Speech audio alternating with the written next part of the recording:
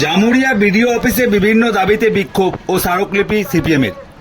দিনমজুরদের কাজ, স্থানীয়দের বিভিন্ন ক্ষেত্রে কাজের সুযোগ, উপযুক্ত মানুষের আবাস যোজনার বাড়ি, জল জীবন মিশন প্রকল্পের কাজ দ্রুত সম্পন্ন করা সহ বেশ কয়েক দফা দাবি নিয়ে এদিন জামুরিয়া ব্লক উন্নয়ন আধিকারিক দপ্তরের সামনে বিক্ষোভ দেখানোর পাশাপাশি তুলে দেওয়া হলো একটি স্মারকলিপি। এদিন সিপিএম নেতা জানান, মানুষের 100 দিনের কাজ 4 বছর ধরে বন্ধ আছে।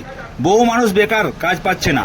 তার মধ্যে রাজ্যে আবাস যোজনার দুর্নীতি যেভাবে চলেছে তাতে গরিবেরা বাড়িঘর পাচ্ছে না, অথচ তৃণমূলের নেতারা বাড়ি পাচ্ছে।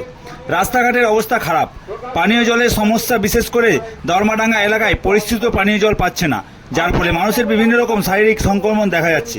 এলাকার মানুষ যাতে করে পরিস্থিত পানীয় জল দেওয়া যায় সেই ব্যবস্থা করা হোক শীঘ্রই। তাছাড়া নদী থেকে অবৈধভাবে বালি তোলা হচ্ছে, তাতে সরকারি রাজস্ব ক্ষতি হচ্ছে। আমরা বলছি না বালি বন্ধ থাকুক, কিন্তু সরকারি উপায়ে বৈধভাবে এই বালি তোলা হোক। তাছাড়া যে সকল কৃষক কৃষিকাজ করছে তাদের জন্য সরকারের কোনো ভূমিকাই নেই। পঞ্চায়েতগুলোতে সাধারণ মানুষ সঠিক পরিষেবা পাচ্ছে না। এই সকল বিভিন্ন দাবি দাবা নিয়ে আজকে ব্লক আধিকারিকের স্মারকলিপি প্রদান করা হলো। ব্যুরো রিপোর্ট, বাংলা বার্তা। আপনাদের ছেলে মেয়েদের যদি 18 বছর, সেই ছেলে মেয়েরা আমরা বিডিও সাহেবের কাছে বিক্ষোভ করছি। মানুষের 100 দিনের কাজ 4 বছর ধরে বন্ধ আছে।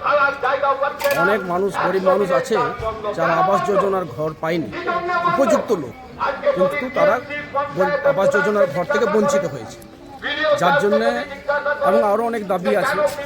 এলাকায় আমরা দেখছি রাস্তাঘাটগুলি আজকে প্রায় জরাজীর্ণ হয়ে গেছে, ভাঙা হয়ে গেছে, সেখানে কোনো সংস্কারের ব্যবস্থা হচ্ছে না।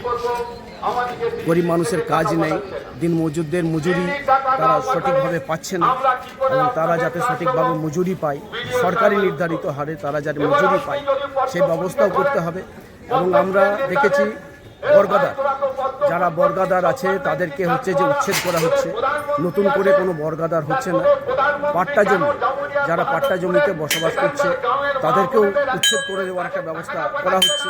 পাট্টা জমি বিক্রি হয়ে যাচ্ছে, কিভাবে বিক্রি হচ্ছে আমরা জানি না, বিক্রি হয়ে যাচ্ছে, মালিক পক্ষ বিক্রি করে দিচ্ছে, সেখানে পাট্টাদার তারা বঞ্চিত হচ্ছে।